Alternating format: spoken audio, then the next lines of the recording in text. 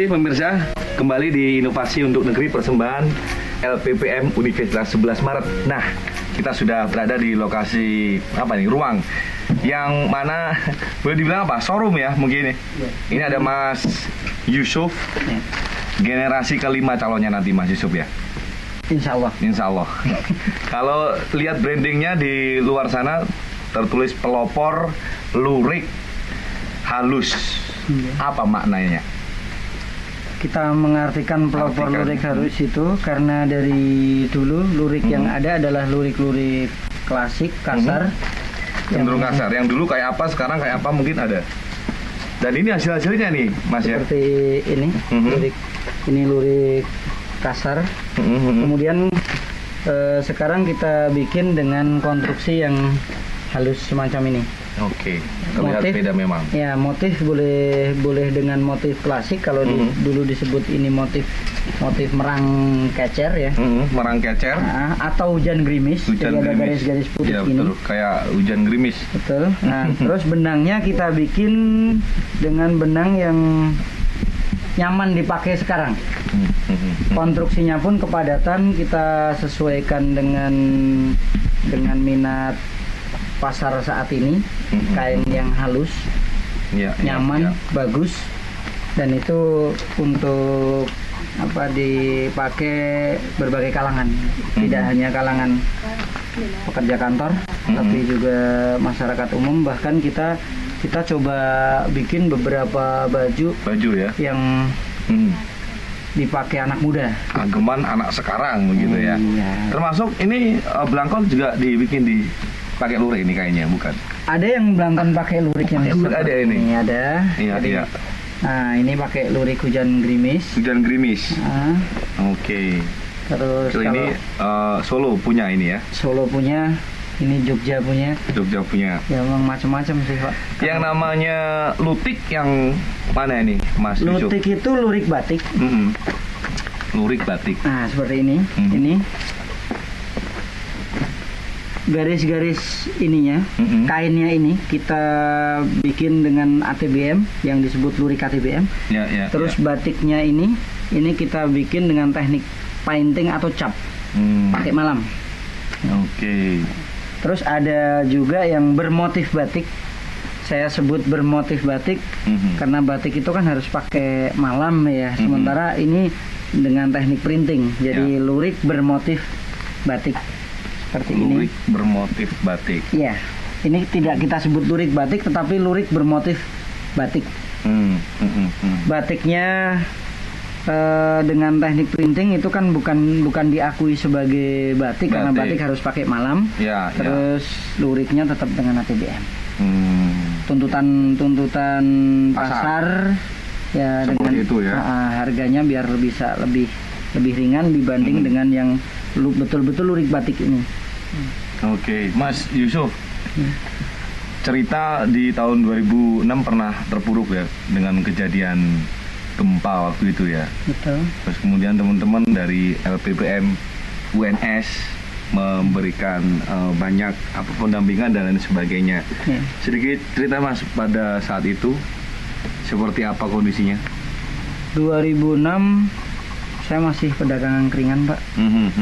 Tetapi mengamati kondisi ibu-ibu, bapak-bapak yang melestarikan tenun itu nggak tega juga akhirnya. Terus kita coba membantu dengan ide-ide. Kebetulan ada LPPM UNS, ada Javanologi UNS dan berbagai lembaga yang datang. Terus LPPM itu kebetulan salah satu yang konsen untuk mengatasi persoalan pengrajin manakala terpuruk disebabkan gempa. Alat-alat rusak, tertimpa bangunan, patah-patah gitu. Terus alat itu direhab, kemudian dikasih pembekalan. Dulu bikin yang kasar-kasar, yang lurik-lurik kasar semacam ini. Terus bikin juga selendang, ada selendang begini. coba diaplikasi dengan desain modern, Ya. pakai lurik halus. Sampai-sampai trialnya menghabiskan puluhan boom gagal. Saya ingat betul saat itu. Dari kegagalan itu kita dimotivasi jangan menyerah karena kegagalan itu awal kesuksesan. Ya. Kata orang-orang pintar, apalagi sekelas LPPM ya. Kalau kita sih anak kampung nggak ngerti gitu-gituan. Tapi akhirnya terwujud juga ya. Akhirnya terwujud dan alhamdulillah di sentra kami saat ini fokus pada pengembangan lurik-lurik yang halus. Oke. Ya, makanya kita berani memperkenalkan diri sebagai pelopor. Iya, pelopor lurik halus karena Iya. memang dari materinya cukup berbeda ya. Iya, dan yang lebih menggembirakan animo kawan-kawan pemuda ke pengembangan lurik ini bagus. Mereka berani meninggalkan profesi lama seperti tukang kayu, kemudian operator traktor di pertanian, kemudian saya sendiri juga tadinya pedagang angkringan beralih ke tenun karena dorongan ada dari prospek, dorongan dari LPPM itu kan menggambarkan saat SDM mampu maka pasar akan terbuka peluangnya.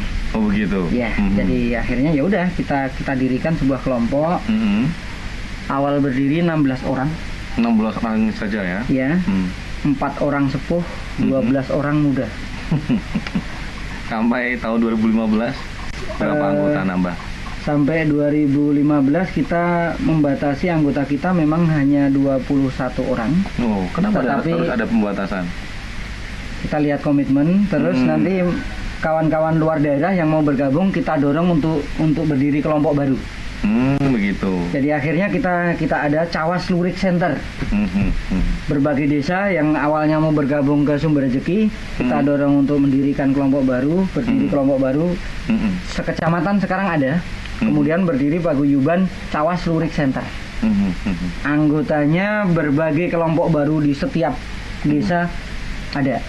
Bahkan meluas sampai kecamatan lain, kecamatan Juwiring, kecamatan Trucuk, sama kecamatan Bayat sekarang bergabung ke paguyuban Cawas Lurik Center. CLC ya? CLC. Oke. Untuk garapan alhamdulillah nggak ada putusnya. Nggak ada putusnya. Ini pasar berarti melimpah, boleh saya bilang seperti itu. Bagaimana kemudian dari teman-teman CLC aja menyikapinya? Betul. Kuat apa enggak atau bagaimana? Pintar-pintarnya kami mengatur ritme produksi dengan kapasitas yang terbatas karena pengerjaan manual. Sementara permintaan pasar menumpuk banyak dari Jakarta, dari Sulawesi, kemudian luar Jawa, kemudian dari Aceh, ada dari Nusa Tenggara, Bali, termasuk dari Solo sendiri. Boleh dikata permintaan keseluruhan produk berbagai item ya itu melebihi 7.000 meter per bulan. Sementara kapasitas produksinya berapa? Kapasitas produksi yang kami sendiri di Sumber Rezeki kapasitas kita hanya 3.500. Tidak memenuhi ya? Tidak memenuhi, tapi di cover kawan-kawan dari Cawas Lurik Center itu akhirnya tergabung. Ya. Kalau tidak salah Mas Yusuf 2010 mendapatkan penghargaan award begitu ya? Sebagai entrepreneur muda begitulah. Itu karena apa? Pertimbangan apa mendapatkan award di sana Mas Yusuf? Saya malah tidak ingat. Tidak ingat? Saya tidak ingat karena bagi saya piagam penghargaan. Nah ini adalah profesi award begitu ya? Piagam itu sekedar pemacu semangat aja sih. Entrepreneurship UKM. Iya. Jadi tahun 2010 itu semacam pemacu sebenarnya, bukan soal piagamnya ya, Mas Yusuf. Dan kita juga kebetulan nggak berharap juga dapat penghargaan itu, kita nggak ngerti. Jadi tahu-tahu kita dikasih penghargaan, kriteria seperti apa? Ya mungkin ada penilaian tersendiri. Menurut Mas Yusuf apa kira-kira? Kalau saya sendiri merasa belum pantas sih dapat seperti itu. Tapi ada poin di sana, kemudian mungkin bagaimana menggerakkan anak-anak muda di sini agar kemudian terlibat lagi dengan sebuah proyek yang ini hubungannya tidak hanya bisnis yang menjanjikan, tapi kemudian kita merunut bagaimana lurik ini sudah warisan turun-temurun adiluhung yang sebaiknya memang menjadi kekuatan dari Cawas Klaten ini. Ya, kalau dirunut memang dari dulunya, dari apa ya istilahnya turun-temurun. Sudah ada Mas produk khas dari Klaten atau dari Cawas sendiri? Produk khas di wilayah kita yang saya tahu Luriknya dari saya apa? kecil tentunya ya. Satu, lap makan, itu berupa lurik juga. Terus ada lagi lurik-lurik klasik yang dipakai di ritual adat, semacam tumbar pecah, dipakai untuk ibu-ibu waktu acara mitonoloni, usia kandungan 7 bulan. Ya. Diharapkan nanti proses kelahirannya lancar, semudah memecahkan tumbar gitu. Tumbar itu kan gampang pecah. Jadi ada lurik yang jenis itu. Namun saat ini hanya beberapa wilayah yang memproduksi, yang kita tahu di desa Bendungan. Desa Bendungan itu masih ada di sana. Masih ada. Kemudian kalau di desa kami di sentra sini kita ya saling melengkapi aja. Kita butuh lurik seperti itu, kita antar ke Bendungan. Jadi kerjasama. Sebaliknya Bendungan pun gitu, ada yang untuk apa kita butuh halus support ke sini. Jadi saling bersinergi. Betul. Karena sama-sama anggota Cawas Lurik Center. Oke, luar biasa sekali.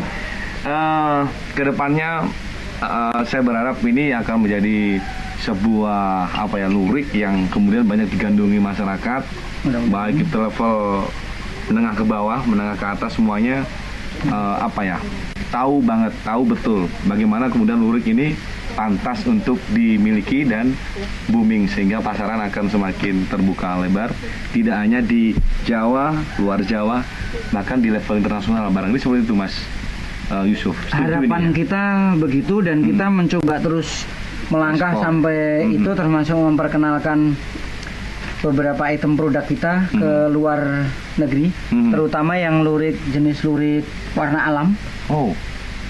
Kita bikin kalau untuk di Eropa kan sekarang lurik-lurik dengan warna sintetis mulai dibatasi. Penggunaan warna kimia itu mulai masuk ya ini sekarang. Jadi digantikan dengan yang warna alam, lebih ramah lingkungan, lebih aman di kulit, enak dipakai juga gitu kan. Yang jelas peluangnya di sana, di lurik warna alam. Kemarin kita tawarkan sampai ke Singapura juga. Kebetulan ada kawan kita yang kerja di sana, jadi TKI di Singapura. Dia ikut membantu memasarkan dan hasilnya cukup bagus. Cukup bagus ya. Ya, untuk pengenalan awal responnya lumayan, sampai Australia juga sudah masuk gitu. Baik, Mas Yusuf, terakhir mungkin harapan ke masyarakat luas dan juga barangkali ke LPPM sendiri. Pendampingan terus akan berlanjut atau seperti apa? Harapan kami ke beberapa pihak, semua pihak ya, masyarakat luas termasuk LPPM, kita tetap butuh support, dorongan, motivasi agar kami yang muda-muda ini bisa menyambung semangat pengrajin-pengrajin sepuh. Ya. Agar lurik tidak punah, justru bisa semakin berkembang gitu, semakin meningkat, baik dari sisi desain strukturnya maupun desain motifnya atau desain permukaan, agar keseluruhan pemakai bisa makin puas. Makin puas ke depannya. Baik, terima kasih Mas Yusuf. Salam kepada keluarga besar dari CLC ya. CLC dan Sumber Rezeki. Sumber Rezeki Teks. Oke. Sebagai pelopor untuk lurik halusnya ya dari Sumber Rezeki. Baik, terima kasih waktunya dan Mitra Cak TV. Demikian tadi kebersamaan kita dalam inovasi untuk negeri persembahan LPPM UNS. Semoga ini menjadi hal baik untuk Anda kemudian tahu dan kemudian juga mungkin menyadari begitu Mas Yusuf ya, bahwa lurik ini melalui proses yang panjang, sehingga kalau Anda mempunyai atau memilikinya, ini menjadi sebuah kebanggaan tersendiri. Dari Anda, mereka akan kemudian lebih bisa berkembang ke depannya. Saya Hendy Santoso bersama kameramen Andri dan produser acara Egar. Terima kasih, sampai jumpa lagi di episode selanjutnya, inovasi untuk negeri persembahan LPPM Universitas 11 Maret. Sampai jumpa, hati-hati di masa kini dan tetap berbudaya.